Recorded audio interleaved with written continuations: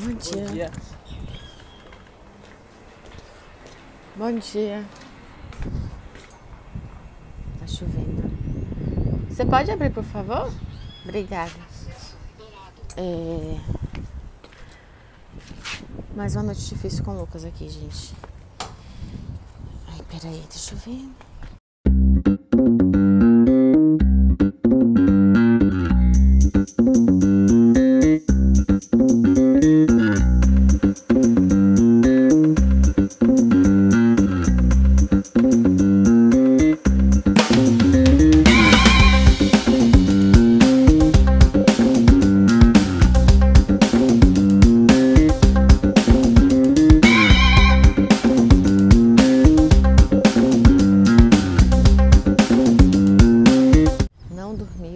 Dormiu ontem o dia todo, deu aquele susto da gente, achou que eu por 3 minutos achei que ele tinha morrido mesmo, porque me ligaram desesperados, não sei se eu contei a história toda. Enfim.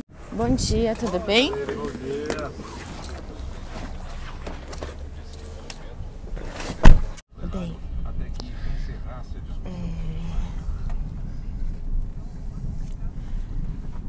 daí hoje ele vai pro TO, acho que eu só vou deixar ele fazer exame de sangue amanhã. Hoje tá muito frio pra ele ir pro TO, ainda fazer exame de sangue longe. Eu vou tentar fazer isso amanhã. Vamos ver como é que ele se comporta hoje. Essa parte tá difícil, gente. Olha. E hoje eu trabalho agora de manhã no excesso, depois tem um paciente pra atender no consultório e depois tem um plantão de quimio à tarde. À noite tinha um jantar pra eu ir, mas não tem como ir por causa da saudade de Lucas. É isso que temos pra hoje. Estou exausta, cara de fim de dia. Peguei um chocolatinho sim, tá? Que eu mereço. Hoje é quinta-feira. Quinta-feira é meu dia mais cheio de bolos. Terrível, dia terrível. E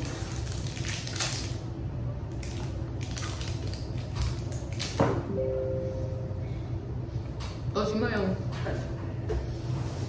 eu fui no hospital, na Estética, discuti os casos com todo o residente, consegui acompanhar na filha de Lucas à distância.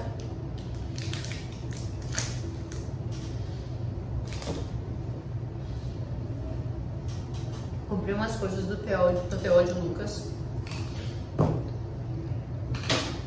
Precisava comprar. Daí, depois, andei pra cá, atendi meu ambulatório com vários pacientes dessa vez. Tinha uns casos difíceis mesmo. Tá, tinha uns casos difíceis para atender no ambulatório e a gente sempre fica tenso quando tem casos difíceis ou tem conversas difíceis. Não tem jeito. E consegui gravar a segunda meta, são 5, né? A segunda meta de Evelyn Whitefall Hall. Aqui estou na página 269 desse livrinho que tem 650, 660, enfim. Daí no meio desse caminho, né, eu fiz também um roteiro de uns vídeos que eu vou gravar amanhã sobre Outubro Rosa. Então já deixei esses roteirinhos prontos. Já separei aqui umas coisas que eu tenho que estudar de um caso de paciente aqui. Separei 4 artigos para estudar o caso dele. Vou agora fazer o relatório dele, inclusive. O que mais? Eu tô meio cansada, mas quero falar da inquilina. Gente, a inquilina do Whitefall Hall. Anne Bronte. Anne Bronte é a irmã subestimada das Brontes, né? Ela tem 2 obras, né? Agnes Grey e Client Whitefall Hall. Eu só li até hoje da Emily Bronte, Mortos Vivantes, da Charlotte Bronte, Jane Eyre, e agora eu vim conhecer a terceira irmã, né? Que eu não tinha lido nada ainda dela. Vou te dizer, realmente ela entra numa história que toca aqui um tema acessível.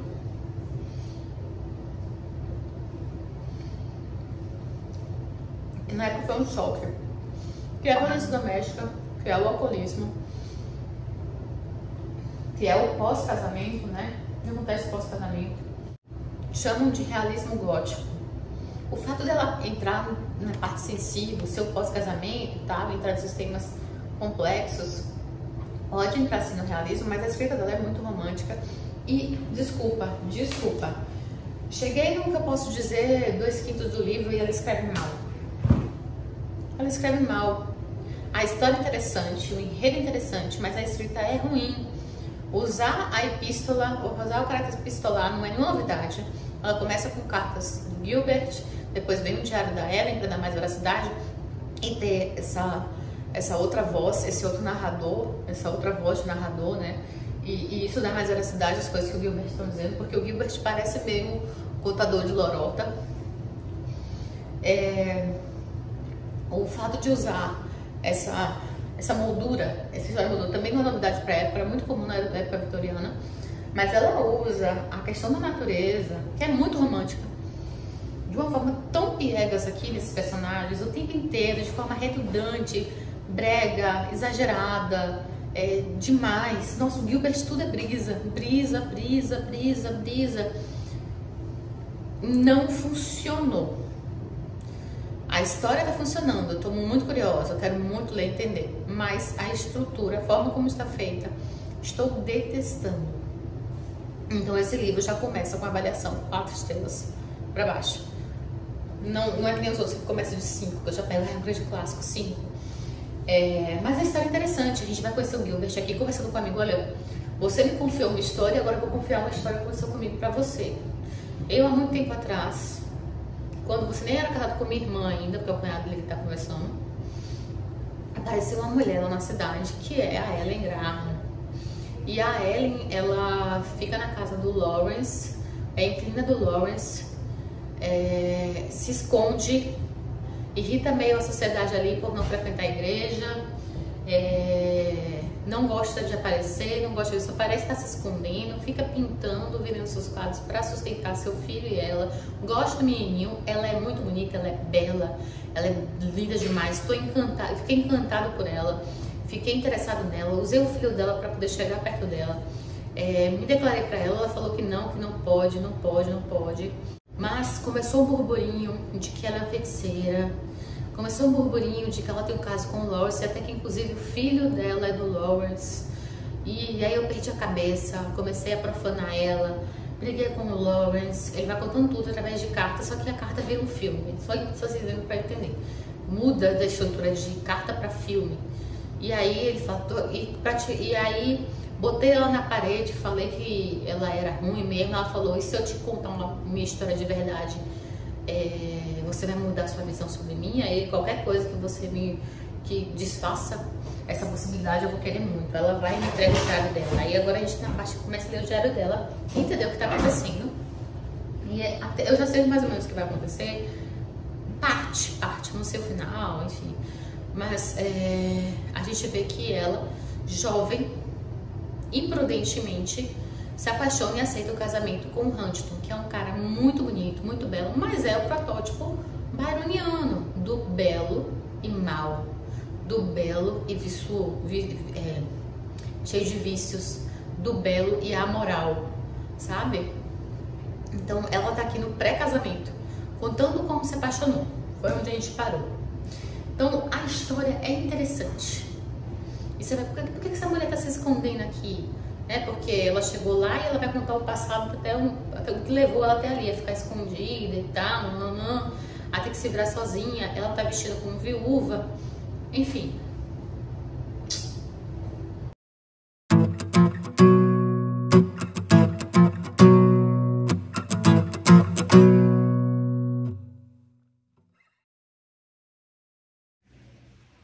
Os vlogs vão mudar. Até talvez sumirem, não sei. Hoje é 1º de outubro, eu tô assim, no momento emocionalmente, por questões privadas, internas aqui, que certas coisas eu nunca vou abrir pra vocês, e vocês já sabem disso, mas eu tô...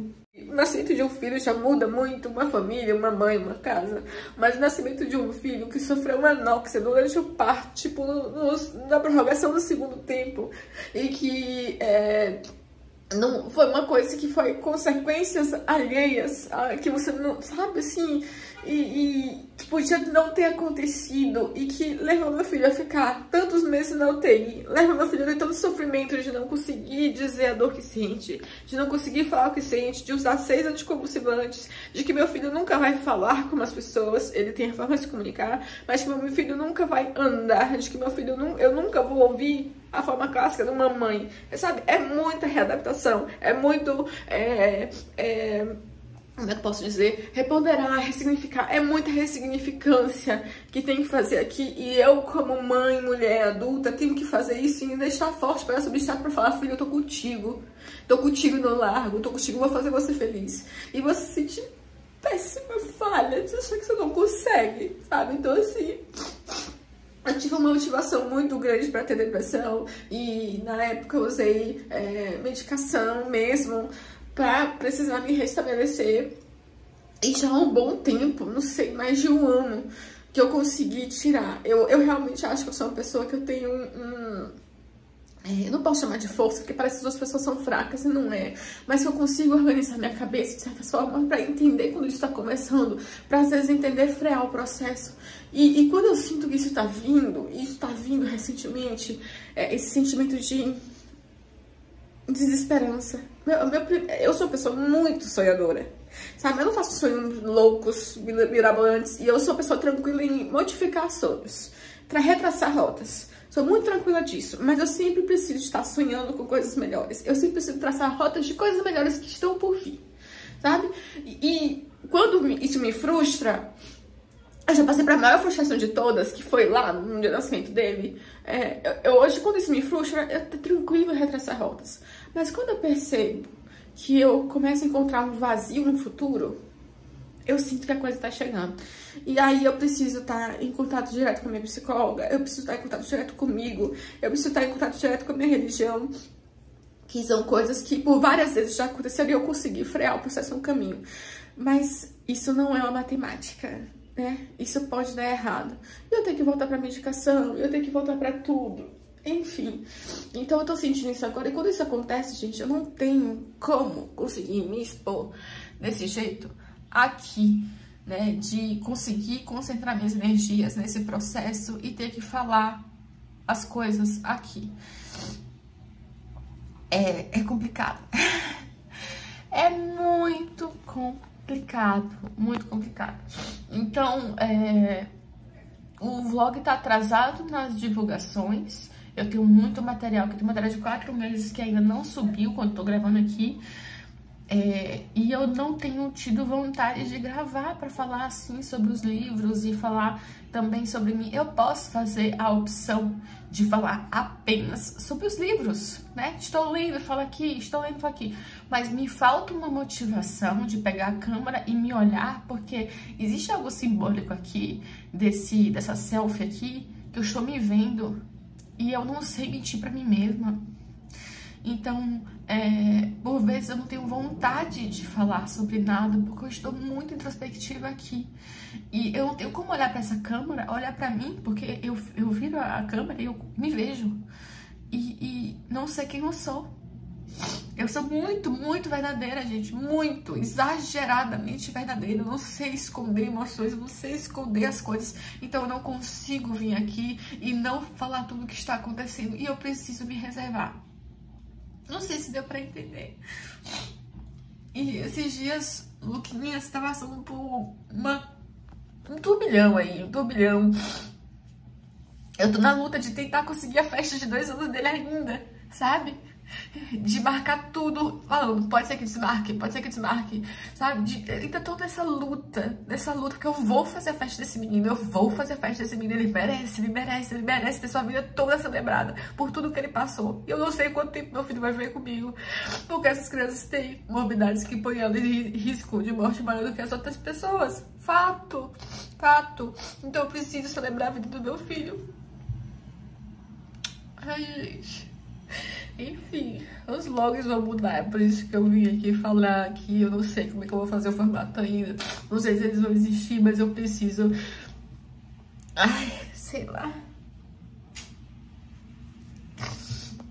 Vamos lá, gente. Vou fazer um vídeo aqui diferente. Vocês vão acompanhar meu mês do Halloween, Dia das Bruxas, aqui no YouTube. Tô com a bala na boca. Péssima. Eu amo essa balinha de canela. Vocês gostam da balinha de canela? Eu amo. É minha favorita do universo. Eu lembro quando eu tava grávida, eu falava que não podia comer canela. Eu olhava pra essa bala. Eu ficava desesperada, com vontade de comer. Mês do horror. A Tati Feltrin, acho que foi uma das pessoas que inaugurou nesse YouTube essa, como é que eu posso dizer, tradição pra gente falar sobre filmes de terror. E existe também no mês de outubro o Victober, que é ler literatura vitoriana. Não deixo de estar lendo. Eu estou lendo A Crina de Whitehall Hall, da Anne Bronte. Estou na página 292, são 600 e alguma coisa, quase chegando na metade do livro. Definitivamente a Anne Bronte não é minha irmã preferida. Acho que a Emily só deixou um livro e alguns poemas, só li o livro. A Charlotte deixou generic e pra mim já valeu por tudo. A Anne Bronte deixou uma história bem diferente das outras irmãs, tem sua própria personalidade, mas escreve mal. Escreve mal. Ela não faz construções de frases bonitas. Ela não tem uma técnica fina. Não. Mas a história é interessante. E vamos lá. O que eu escolhi para esse mês do horror? Eu não gosto muito desse tipo de história de terror. Não assisto filme de terror. Não é minha praia. Mas ler clássicos de horror é algo que muito me interessa. Então, eu amo histórias de vampiros. E não estou falando de Crepúsculo. Eu amo o Drácula de Bram Stoker. Eu já li. E eu amo Entrevista com o Vampiro, que são as crônicas vampirescas da Anne Rice.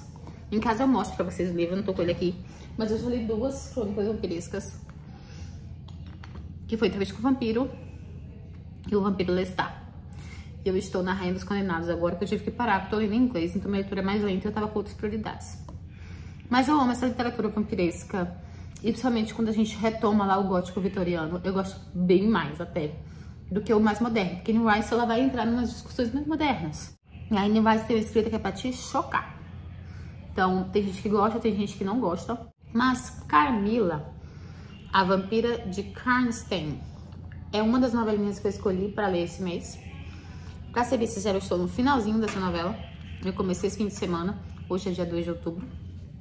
Eu já estou no finalzinho dela.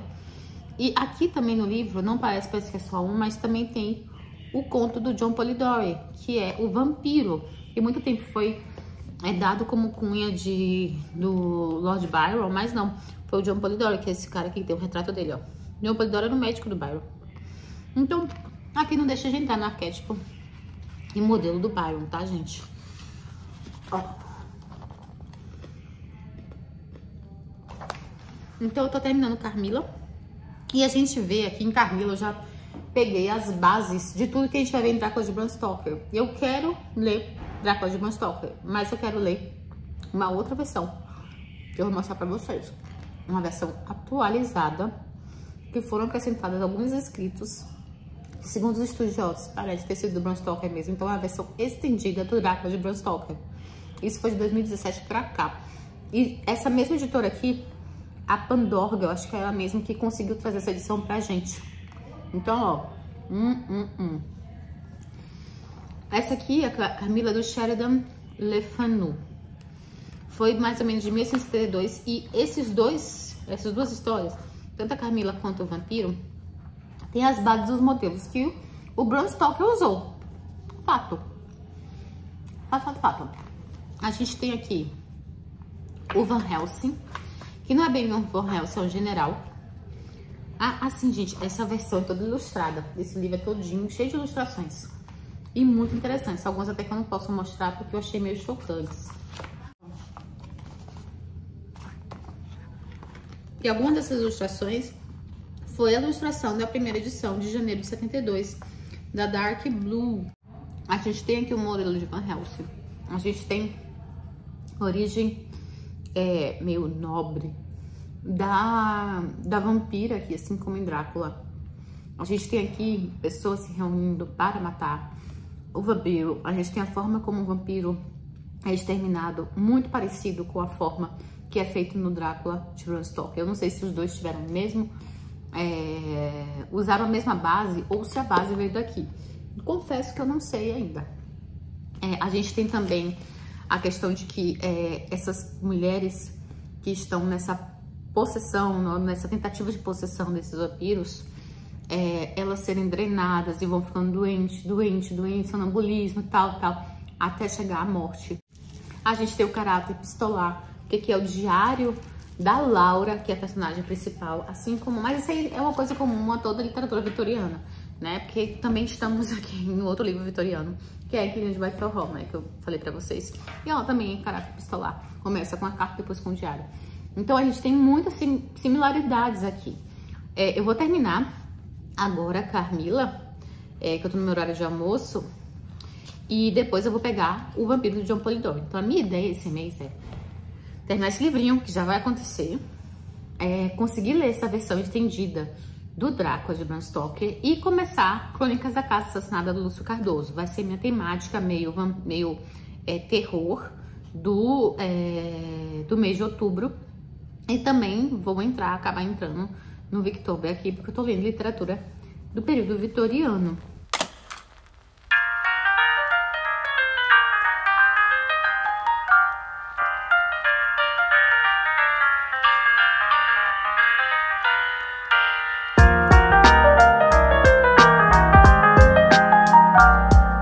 Acabei Carmila e acabei o conto do John Polidori. Então, Carmila, gente, é o seguinte. A Laura é uma moça de 18, 19 anos que mora num castelo, numa zona rural, mais da Áustria, parte austro-húngara lá. E ela mora só com o pai, uma criada de costumes, de etiqueta, uma professora de etiqueta, uma criada que cuida dos outros criados da casa. Então, ela fica muito sozinha, muito isolada. E ela, quando pequena, teve uma experiência meio sobrenatural.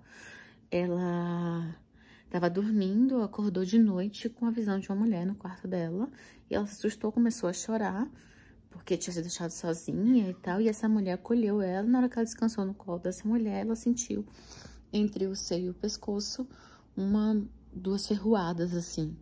E ela acordou assustada e a mulher sumiu e tal. E pronto, essa experiência ficou marcada na cabeça dela desde então. E aí, ela passa o tempo e tal, e ela vai receber a visita do barão, que o barão lembra um pouco Van Helsing em algumas questões, tá? Mas espera. Aqui a gente vê Van Helsing em duas situações. Van Helsing do Drácula, tá? Que eu tô fazendo aqui alusões, né? Porque essa história, ela é de 72 e o Drácula de Bram Stoker é de 87. Então, 1897. Essa aqui é de 1872. O Sheridan Le Fanu era um autor que o Bram Stoker gostava muito, que foi o autor que escreveu, né, Carmila. E o Van Helsing aqui vai aparecer tanto no médico quanto nesse personagem do barão. Enfim, o barão ia visitar eles, ia levar uma sobrinha dele, que é como se fosse uma filha dele. E a Laura estava muito animada, porque finalmente ia ter uma companhia, alguém ali e tal, feliz da vida. Mas, pouco antes do barão chegar, eles recebem uma carta que o barão dizendo que não vai mais, porque, infelizmente, em condições meio misteriosas, que ele não explica muito bem, a filha dele morreu. E aí, E aí quer ver uma parte que eu falo assim, eu não compreendo como é que isso pode dar certo, mas eu entendo que esse personagem, os vampirescos, ele tem uma sedução que você pode não questionar muito o que você tá fazendo, sabe? Mas ficou meio assim, gente, quem faz isso na minha cabeça, sabe? Mas eles estão ali à noite, voltando pra casa, não lembro muito bem o que eles estavam fazendo, ela e o pai. E essa criada, essa governanta, não sei muito bem mais o papel dela, estão voltando. E aí, vem uma carruagem correndo muito rápido, e bate numa árvore, a carruagem vira, e aí sai uma senhora, assim, né, muito distinta, bem arrumado e tal. E os cocheiros tal saem assim, mas sai desacordada a filha dessa mulher. E essa mulher fala, não posso esperar aqui, é uma questão de vida e morte, a gente tem que ir embora correndo e tal, meu Deus, minha filha tá assim. Aí o pai da Laura brilhantemente fala assim, não, deixa que a gente cuida dela pra você, já que pra ela prosseguir a viagem vai ser difícil depois do que aconteceu, né, pode ser perigoso pra ela. Aí ela fez, então você pode fazer isso pra mim? Eu volto daqui a 3 meses pra buscar minha filha, mas ó, vou te falar uma coisa, não fica perguntando sobre quem somos. Que minha filha vai guardar esse segredo de quem somos. Quando eu voltar, eu converso com você melhor. Mas essa parte que eu falei, tipo, sente e aceita, tá? Sente e aceita. Mas eu fico pensando que existia uma sedução ali, porque ele fala como que ela é bonita, a senhora, e como a menina é encantadora. Então, eu acho que existe um pouco dessa sedução vampiresa que não tem como você resistir, meio assim, sabe? Então, é a única, pra mim, a única justificativa pra essa história fazer sentido. E aí, a Carmila, ela é muito bonita, é a menina cheia com modos, né, distintos, mas sempre acorda depois da 1. E não fala pra ninguém de onde veio. E elas duas ficam muito amigas e existe ali uma sedução. E é o que eu falei pra vocês, né, aquela questão de você olhar pra um pedaço de carne, se olhar um prato de comida, está desejando muito. Então, elas trocam ali carinhos, não do ponto de vista sexual, hein, gente. É mais assim uma questão de... as mulheres têm uma forma de trocar carinho diferente de homens, por exemplo. De se abraçar, de se acariciar e tal. Só que chega um momento que isso começa a ficar desconfortável pra ela. Ela até questiona assim, será que ela não tá amando de algum homem aqui pra me conquistar, porque esse homem quer casar comigo? Algo desse tipo, ela fala. E ela vai meio tendo assim, ficando nervosa, com medo dessa aproximação, porque ela acha que passou alguns limites, sabe? E ela tem uma boa criação e tudo, então ela fica começando a achar assim, algum limite tá sendo quebrado aqui, isso eu não tô gostando muito bem. Mas essa menina é muito sedutora nesse sentido. E ela é avessa a ritos religiosos. Tem uma hora que uma moça vai ser enterrada e começam a fazer cânticos. E isso assusta a Carmila de um jeito assim que ela... não, tal. Fica nervosa. Tá morrendo um monte de mulher na cidade. Tá morrendo um monte de mulher na cidade. Um monte. E assim, todo mundo fica meio fraco e tal, até que morre. Você claramente começa a entender que é a presença dessa Carmila, porque é muito estranho ela ter chegado assim, né?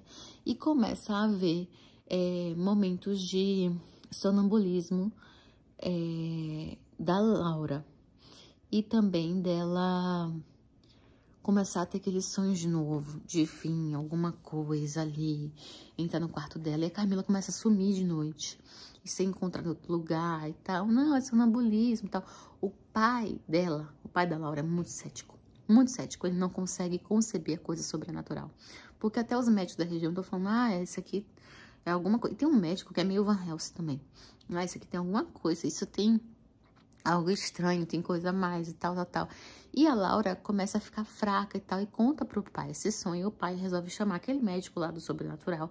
E o médico fala, tá acontecendo alguma coisa aqui mesmo. Enfim, nessa ele não quer deixar mais a filha sozinha, ele vai pra cidade encontrar o barão, ou vai pra cidade fazer alguma coisa, no meio do caminho encontra o barão. O barão entra, aí eles começam a conversar, e o barão conta o que aconteceu. Aí o barão fala que numa festa, ele de baile de máscara, ele conheceu uma senhora e tal. E aí, essa senhora apresentou a filha dela e fala o nome que é o anagrama do nome Carmila, tá? E a senhora falou que precisava fazer algo, mas que a filha dela não estava tão bem, não podia viajar. Enfim, mesma história. A menina ia ficar. E aí a menina ficou nessa mesma história com a filha do barão. O que acontece? A filha do barão, o médico alerta ele o que tá acontecendo, fala pra ele ficar de olho de noite. Ele vai lá, fica observando de noite no quarto, vê entrando aquele monstro no quarto. Quando ele vai atacar o monstro, é a menina, a Carmila, mas que tá com o nome que é um anagrama, Micarla, eu esqueci o nome que tá. Enfim, ela some e tal, mas não deu pra salvar a menina morre mesmo assim. E aí, a Laura ouve isso, e o pai, e meio que ela fala, né, você imagina como eu fiquei nervosa e tal, mas era pra quando eles irem atrás da Carmila e arrancar a cabeça dela, sabe? Mas não, ela aparece ali e tal, aí o Barão vê e fala, é a Micaela, ou Micaela, sei lá, não lembro mais o nome. É a Micaela, é ela. E tenta pegar ela e ela some e tal. Eu não vou contar o final da história. Mas essa história tem um final meio que... Ai, tudo se resolveu, mas minha mente ficou perturbada para sempre, sabe? E eu já fiz a descrição do que eles escreveram, como é que funciona o vampiro e tal. E tem muita relação realmente com o Drácula, né? Como eu falei, essa questão do Van Helsing, da vampira ser uma figura nobre. O vampiro andar de dia, né? Essa questão do vampiro ter aversão a coisas religiosas, porque representa o mal. Enfim. E aí tem o outro, que é o vampiro do John Polidoro, que eu vou deixar pra contar depois. Esse eu fiquei com medo. Com medo, mais medo ainda. Mas eu vou mostrar depois. Vou contar depois do vampiro do John Polidoro, mas eu queria mostrar pra vocês a minha edição que eu tenho do Drácula. Vou tentar virar aqui. Eu li Drácula há uns 3, 4 anos atrás, eu acho. E eu li nessa edição da Dark Side, tá? Aqui é dourado. Essa é a mesma edição que sai a capa amarela, que é a capa original, né? Por dentro é a mesma coisa, só a capa que muda. Essa é a Deluxe, edição Deluxe. E ela é edição muito bonita. Tem uma parte introdutória aqui bem interessante. Tem algumas ilustrações meio doidas, mas tudo bem. E eu li por essa aqui. Aí, eu vou reler agora Drácula, mas eu resolvi não reler por essa edição. Eu resolvi reler por essa. Bram Stoker, Poderes das Trevas. A enigmática versão estendida de Drácula. Traduzido do sueco por Luciano Dutra. Isso aqui tem uma história. Eu preciso te contar essa história, mas não vou contar agora que tá tarde. Eu preciso voltar pro meu inclino de Editor Rock, porque eu tenho discussão quarta-feira com a K pra gente gravar. Mas isso aqui tem uma história. Essa versão estendida, ela é interessantíssima. E aí eu comecei a ler. Eu li esse prefácio, que é da Chris Stoker, que é parentado, sim, do Bram Stoker, mas é um cara que tá vivo hoje.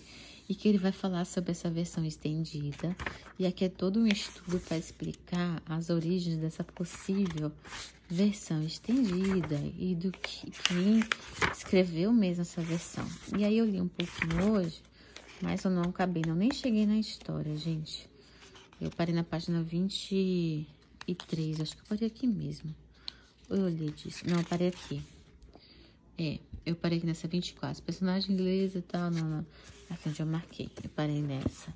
Mas a história mesmo começa lá na página 50. Deixa eu ver. Começa lá na página 50 mesmo. Aqui, Poderes das Trevas. Então começa aqui. O Castelo dos Cárpatos. Diga, meu amor. Pode falar. Ó, metade, vou dar metade desse metade, tá? Tá. Pega Vou dar aí. metade disso aqui, ó, porque isso faz manchando, tá? Eu vou dar metade dele. Tá. Dilui metade dele e faz metade. Dilui ele e faz a metade. Dá metade, tá? Porque faz desmanchando também. Aquele que você compra normal, não desmancha, não quer desmancha. Mas eu não comprei nunca nenhum, não. Mas você comprou uma carinha, né? Não tinha, você comprou esse tempo, não começou. Já vai carinha que isso aqui. Veio do hospital. Veio do hospital. E as ilustrações que tem aqui é dessa edição que foi lançada mesmo. Essa edição foi lançada 2 anos depois na Suécia. Então aqui, depois eu explico o que tá acontecendo aqui com essa edição. Explico o vampiro do John Polidori. Por enquanto fica só com a Carmila. E vamos ver pra onde vai sair. Aí eu me toquei que eu tô também muito temática com Harry Potter. Não deixa de ser, né, gente? Bruxinhos, né? E eu comecei hoje o 6º livro da saga. Eu tô lendo os livros pela primeira vez e tô vendo os filmes pela primeira vez. Então, ontem eu assisti o 4º filme e eu comecei hoje o 6º livro. Tô no primeiro capítulo ainda, página 18, sei lá, tá bem no iniciozinho. Nesse. Enfim, era isso.